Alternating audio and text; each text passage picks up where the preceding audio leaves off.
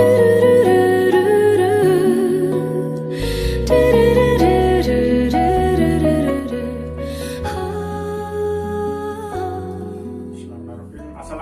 warahmatullahi wabarakatuh. Selamat datang anak-anak semuanya di kelas pendidikan agama Islam. Bersama lagi dengan saya, Pak Syifal Umam. Hari ini kita akan melanjutkan aspek yang kemarin, yaitu tentang Al-Quran dan hadis. Dan tentu yang pada video ini berbeda ya dengan pelajaran yang kemarin. Kemarin masih ingat ya anak-anak ya? Yaitu larangan mencari-cari kesalahan orang lain atau membuli atau menggunjing orang lain. Semoga kita semua bisa mempraktekkannya dan harus dilakukan, oke? Baik anak-anak semuanya, untuk topik hari ini kita menjaga martabat manusia dengan menjauhi pergaulan bebas dan zina. Nah, hari ini kita akan mengkaji Quran Surat Al-Isra dan An-Nur ya, tentang mengapa kita perlu menjauhi pergaulan bebas atau larangan mendekati zina, gitu ya. Baik, sebelumnya mari kita simak terlebih dahulu ya ayatnya. ولا تقربوا الزنا إنه كان فاحشة وساء سبيلا الزانية والزاني فاجلدوا كل واحد منهما 100 جلدة ولا تأخذكم بهما رأفة في دين الله إن كنتم تؤمنون بالله واليوم الآخر وليشهد عذابهما طائفة من المؤمنين. Sadaqallahul Adzim. Itu tadi anak-anak ayat Quran Surat An-Nur dan Al-Isra tentang larangan mendekati zina. Dan hari ini di video ini Pak Sifa akan mengajak kalian belajar mengapa sih kita perlu menjaga martabat kita sebagai seorang manusia. Nah, apa sih martabat itu anak-anak? Nah, tentunya anak-anak pasti pernah ya melihat perbedaan antara orang yang ketika di masyarakat itu mereka dipandang, mereka diterima masukan-masukannya, dengan orang yang ketika di masyarakat mereka itu tidak dianggap, kehadirannya mereka itu tidak dianggap. Jadi mereka tidak punya kegiatan yang positif atau tidak dipercaya oleh orang lain, kemudian tidak masukan-masukannya tidak diterima. Nah, itulah yang namanya martabat ya. Jadi ada yang martabatnya tinggi ketika nanti anak-anak menjadi orang yang berprestasi, menjadi orang yang berhasil, amin ya, cita-citanya tercapai, banyak membantu orang lain, maka anak-anak martabatnya otomatis akan tinggi atau derajatnya pasti akan tinggi. Nah, beda ketika ada orang lain ya, teman-teman pasti pernah melihat ada orang atau teman yang mungkin pernah terjerumus ke dalam perbuatan yang hina. Nah, mereka secara otomatis martabatnya akan turun. Jadi apapun masukannya, mereka akan tidak percaya diri, kurang percaya diri, malu, dan sebagainya. Nah, itulah yang namanya martabat. Makanya anak-anak, Al-Quran menganjurkan kepada kita untuk menjaga martabat kita sebagai seorang manusia. Dengan cara apa? Salah satunya adalah ini tadi ya.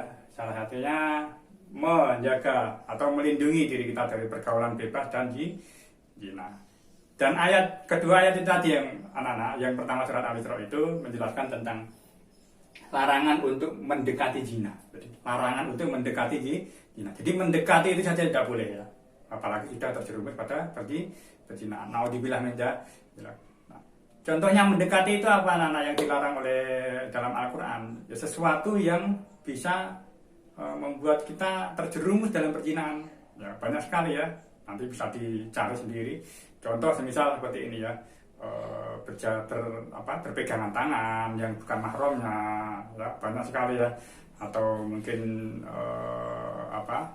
berpakaian yang tidak menutup aurat, itu juga salah satu yang mendekati zina. Akhirnya banyak pandangan-pandangan dari laki-laki ya, yang akhirnya tidak bisa mengontrol nafsunya. Nah, itulah yang namanya perlu kita hindari. Banyak sekali contohnya ya, nanti anak-anak bisa mengeksplorasi sendiri.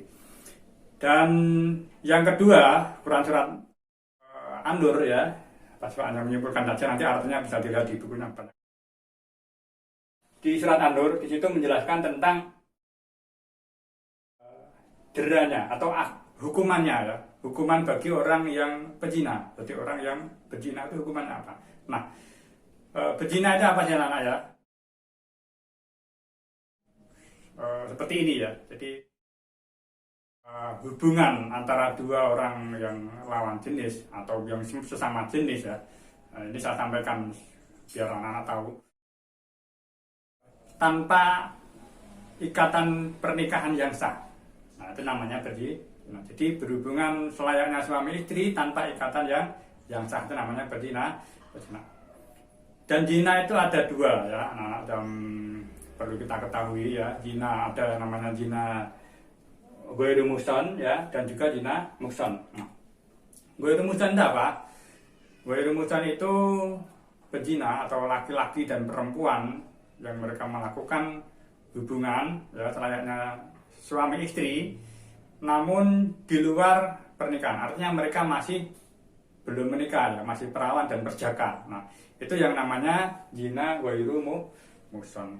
Hukumannya apa? Jelas dalam Quran surat An-Nur tadi ya, bahwa dicambuk 100 kali. Jadi orang yang ghairu muhsan ya, zina sebelum bernikah atau belum menikah, itu hukumannya didera sebanyak 100 kali ya, atau dicambuk 100 kali. Jadi dicambuk ya, punggungnya cambuk. Pernah ya mungkin ya melihat video itu ya, cuman kalau di Indonesia tidak ada seperti itu, mungkin di tanah Arab ada.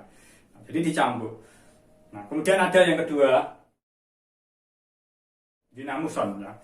Zina muhsan itu apa? Zina muhsan itu zina bagi orang yang memang sudah menikah. Jadi sudah menikah, kemudian sudah sah punya suami istri, tapi berzina dengan orang lain, seperti itu ya. Nah, itu namanya zina muhsan. Apa hukumannya? Nah, hukumannya apa? Ini sudah dijelaskan juga. Hukumannya adalah ini ya, dirajam ya, dirajam sampai meninggal. Dirajam itu apa, anak-anak? Dirajam itu, kalau anak-anak melihat ya, mungkin di video lain ada ya, nanti saya nggak akan menggambarkan di sini.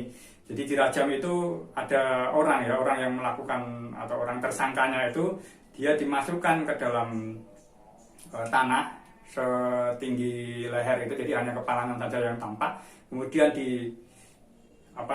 dilempari batu sampai dia meninggal.